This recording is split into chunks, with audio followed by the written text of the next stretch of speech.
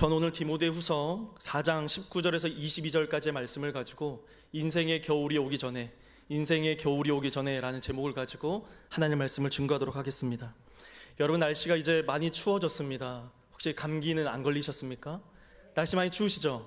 옷들을 보니까 이제는 패딩도 꺼내 입으시고 많이 두꺼워진 것을 볼 수 있습니다. 그리고 악수를 하려고 하니까 내 손이 차갑다고 만지지 말라고 하는 청년도 있었습니다. 그만큼 날씨가 많이 춥더라고요. 그렇다면 여러분, 혹시 월동 준비는 다 하셨습니까? 어떤 준비 하셨죠? 여러분, 월동 준비라는 것은 추운 겨울날을 잘 보내기 위해서, 또 추운 겨울을 잘 보내기 위해 준비한다라는 뜻을 가지고 있습니다. 그래서 월동 준비의 뜻을 다 아시죠? 과거 우리는 겨울을 어떻게 준비했을까요? 나무를 하던 시절에는 산에 가서 나무를 패고 장작을 패서 쌓아둔 다음, 그 다음에 겨울 내내 뗄 수 있는 뗄감을 미리 준비하였습니다. 또 연탄을 저도 사실 연탄을 떼는 시대는 아니었지만, 연탄을 떼던 시대에는 보일러실에 연탄을 가득 채워두면 얼마나 든든했겠습니까? 그런데 뭐니 해도 월동 준비의 대표적인 것은 김장입니다.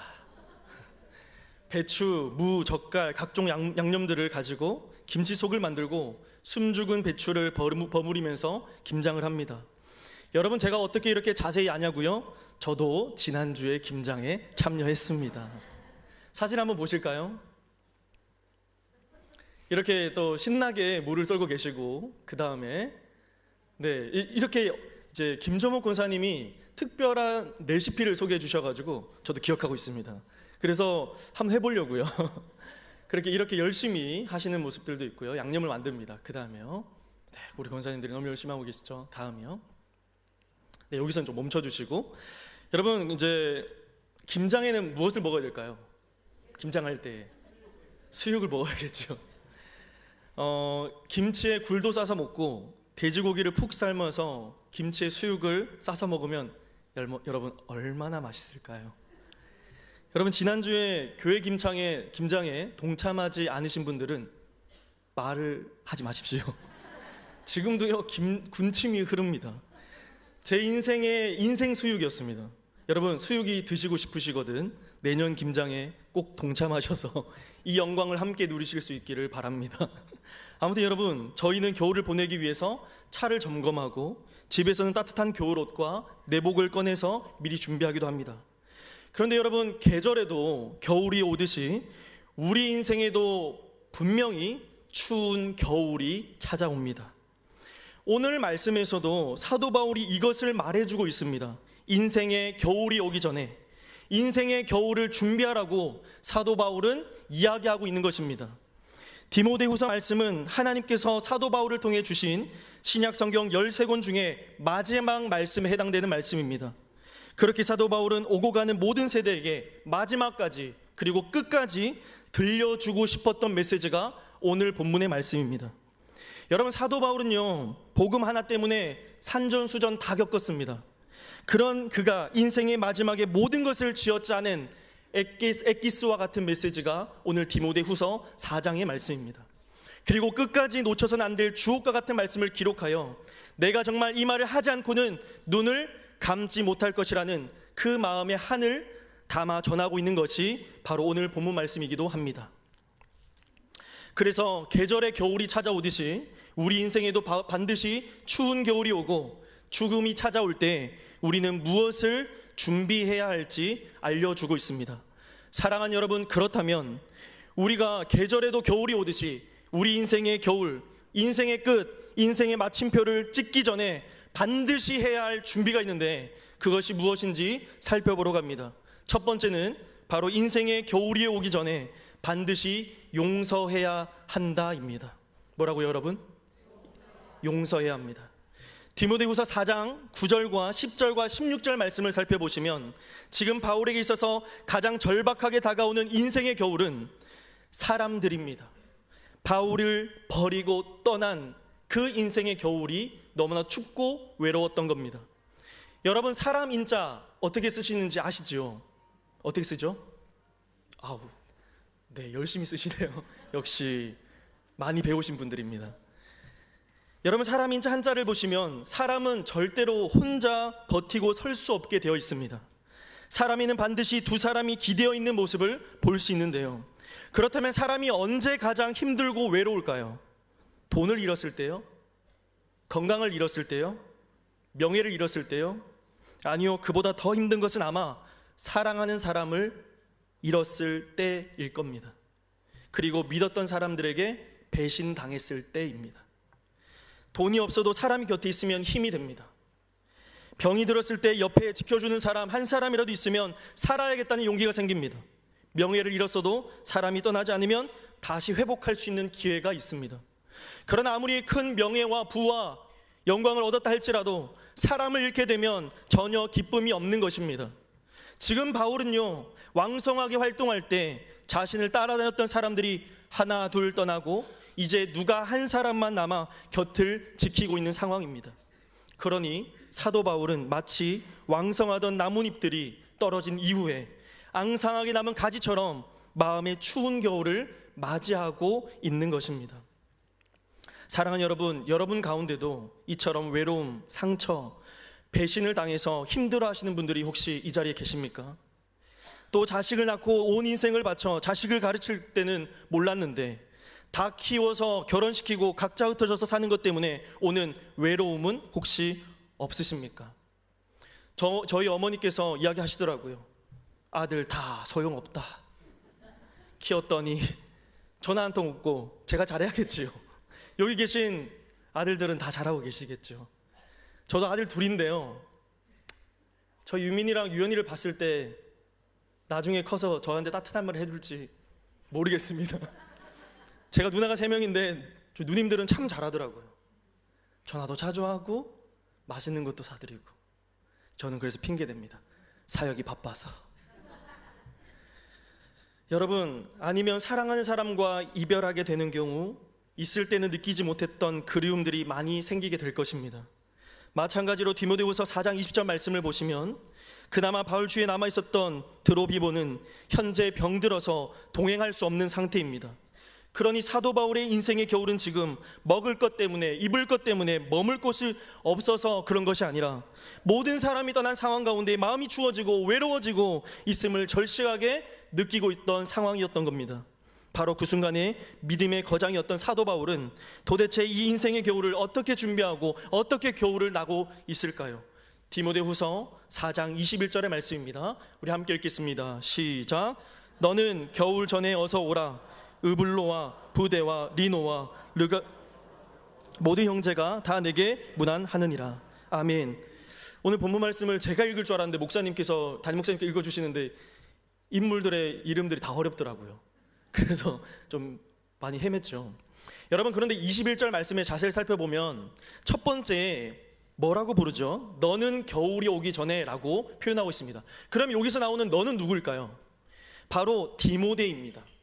사도 바울은 겨울이 오기 전에 디모데를 지금 초청하고 있는 겁니다. 바울에게 있어서 겨울이 오기 전에 디모데를 만나는 것이 무슨 유익일까? 디모데는 바울이 가슴으로 낳은, 복음으로 낳은 자식과 같은 존재이며 그런 제자였습니다. 디모데 전후서 맨 처음 바울이 디모데를 소개할 때 어떻게 소개하죠? 믿음 안에 참된 아들, 그리고 사랑하는 아들 디모데라고 이야기합니다. 여러분, 그런데 이상하지 않습니까? 바울은 결혼했습니까? 결혼하지 않았습니다. 결혼하지 않았기 때문에 아들이 있을 수 없습니다. 그러나 사도 바울은요, 복음으로 그를 낳았기 때문에, 가슴으로 디모데를 낳았기 때문에 디모데라는 믿음의 자식이 생긴 것입니다. 그래서 디모데를 믿음 안에서 참된 아들, 사랑하는 아들이라고 말한 것입니다. 바울의 인생에 겨울이 닥쳐오자 디모데를 간절히 기다린 이유가 있습니다. 다른 사람들은 다 떠나도 디모데는 바울 곁을 지켜줄 수 있는 믿음의 동력자라는 사실을 믿었기 때문입니다. 뿐만 아니라 디모데를 빨리 오라고 한 이유가 있는데 또 다른 한 가지 이유가 있는데 11절 말씀을 한번 살펴보겠습니다. 함께 읽겠습니다. 시작. 내가 올 때에 마가를 데리고 오라. 그가 나의 일에 유익하니라. 아멘. 바울에게 있어서요, 인생의 겨울이 찾아오기 전에 반드시 만나야 했던, 그토록 보고 싶었던 사람은 사실은 디모데가 아니라 마가였습니다. 왜냐하면요, 바울과 마가는 제2차 전도 여행을 앞두고 크게 다툼으로 인해서 서로 다른 길을 가게 되었습니다. 따라서 바울의 마음을 아프게 하고 마음을 상하게 하고 마음을 불편하게 했던 것은 그동안 자기 주위에 있던 사람들이 하나 둘 떠난 것보다 형제 마가와 화해 없이 인생의 겨울로 접어드는 것이 가장 쓰라린 아픔이었습니다. 자신은 지금까지 예수 그리스도의 사랑을 전파했고 원수까지 사랑하라는 말씀을 전했으며 그리고 용서를 전했습니다. 가르쳤습니다. 그러나 정작 자신은 마가와 화해하지 않은 채 이렇게 오랜 세월 사역에만 매달렸던 것입니다. 그러나 이제 인생의 겨울이 찾아오고 홀로 남은 상태에서 주님께서 부르셨던 순간 오늘까지 사역을 돌아봅니다. 그러던 중 사도행전 15장 말씀에 등장하는 안디옥에 있었던 마가와의 그 일이 생각났던 것입니다. 그래서 오늘 마지막으로 디모데에게 마가를 데리고 오라. 내가 마가와 불편했던 관계를 청산하고 평화스러운 마음으로 눈을 감기 원한다고 부탁하고 있는 것입니다. 사랑하는 여러분, 우리는 누구나 할 것 없이 인생의 겨울을 맞이하게 될 것입니다.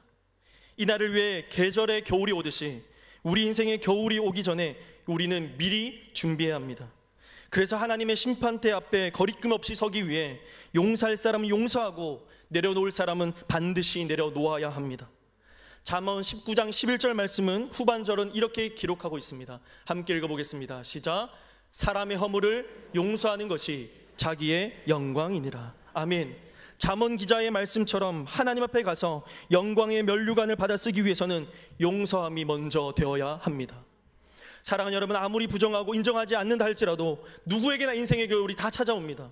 온 세상이 푸르름으로 덮였던 산들도, 울긋불긋 단풍으로 물들였던 산도, 황금 물결로 뒤덮였던 들판도 이제 앙상한 가지만 황량한 벌판만 드러내는 겨울이 찾아오고야 말았습니다.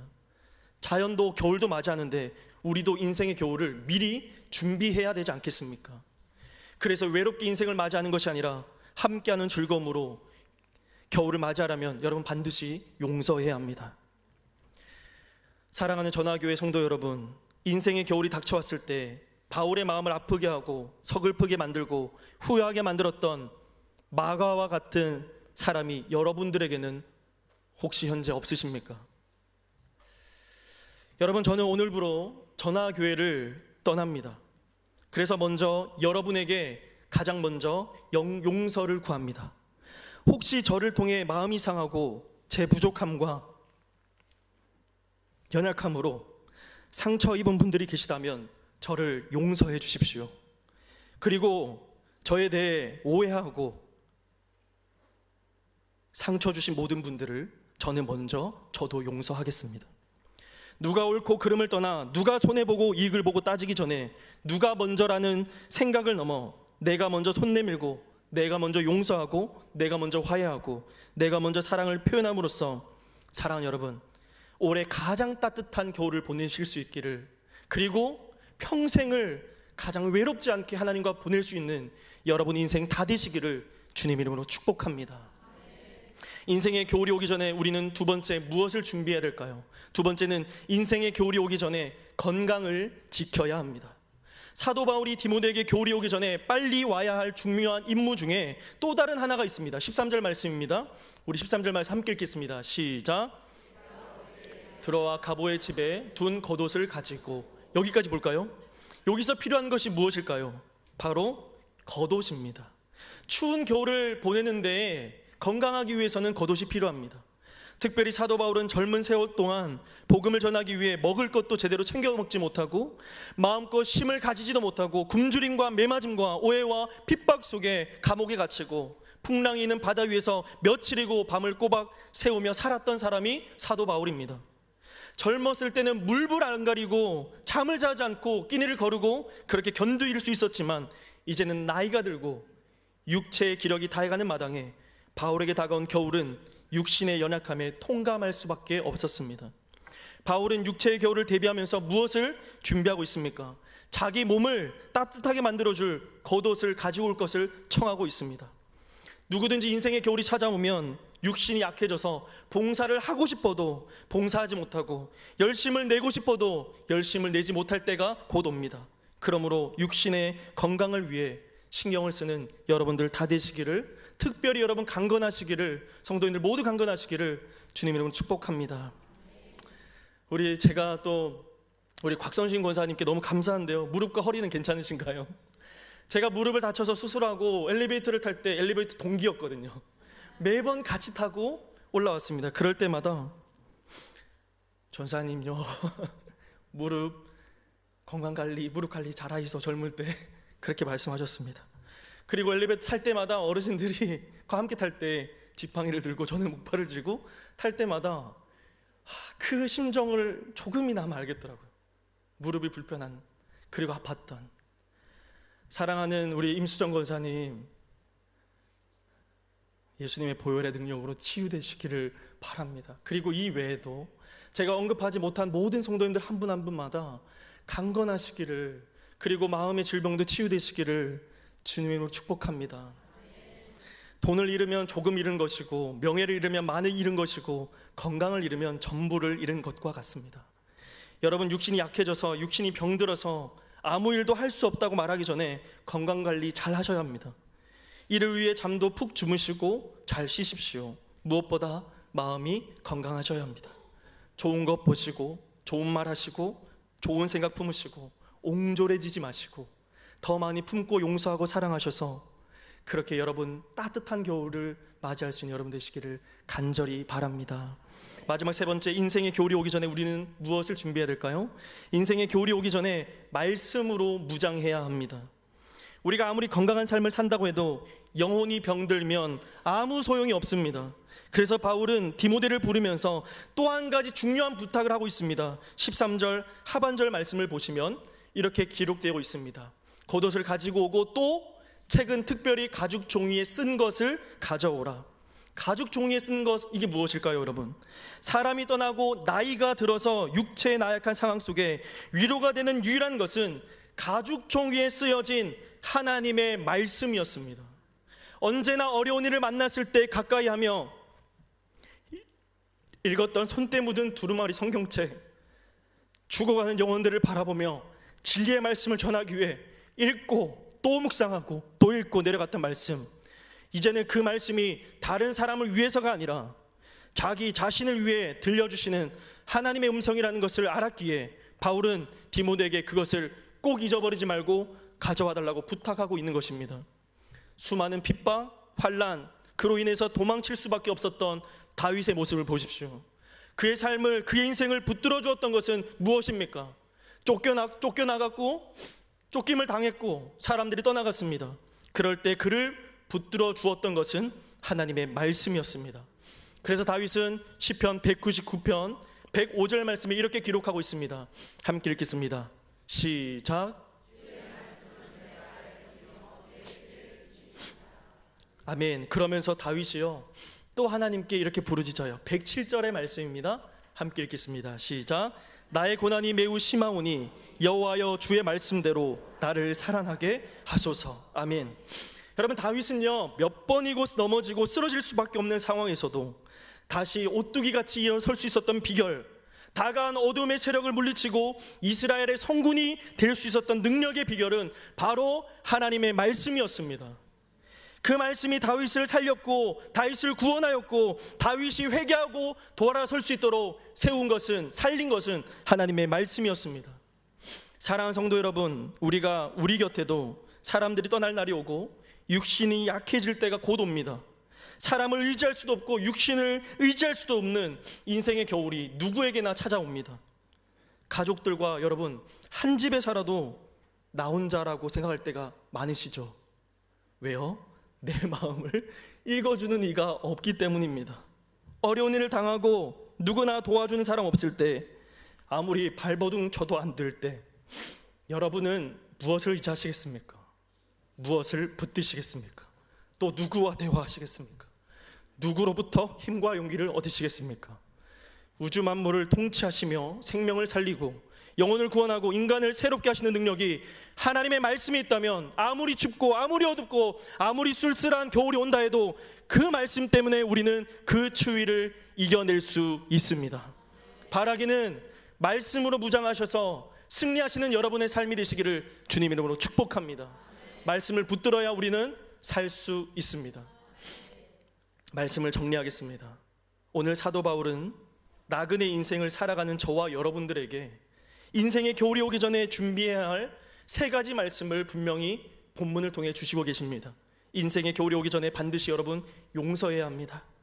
인생의 겨울이 오기 전에 무엇보다 여러분 건강하셔야 합니다. 인생의 겨울이 오기 전에 반드시 말씀으로 무장해야 합니다.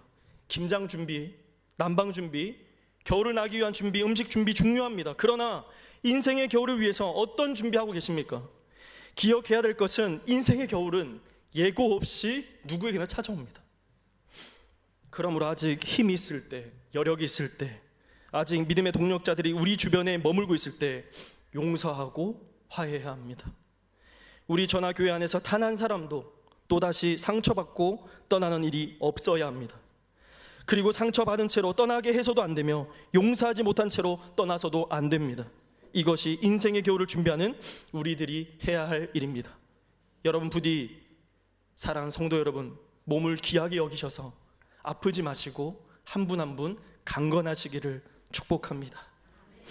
저는 전화교회를 떠나지만 저 김대동의 이름을 지워주고 제가 그토록 전화교회를 향한 진심으로 쏟았던 복음, 예수 그리스도의 그 흔적을 남기려고 애썼던 그 아름다운 흔적만이 이 전화교회에 진하게 남아서 열매 맺는 역사가 일어나시기를 주님 이름으로 축복합니다. 기도하겠습니다.